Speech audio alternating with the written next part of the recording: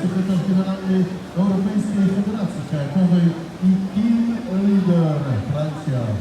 Medals will be presented by Blanco, General Secretary of PCA, accompanied by team leader from France.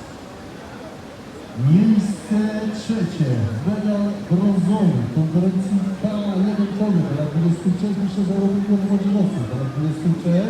Bronze medal goes to Eva Alina Hoshima Slovenia.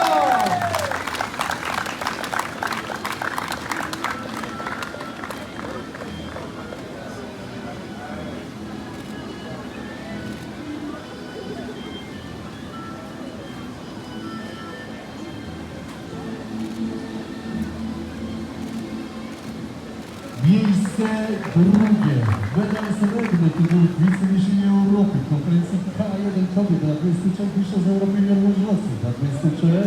Silver medal goes to Lucia Nesnova, Czech Republic.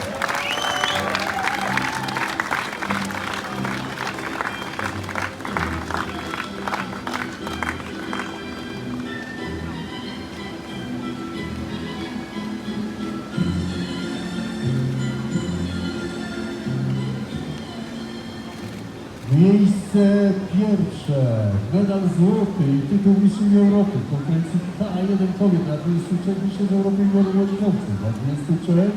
Gold medal and European champion Eva Pietraszek.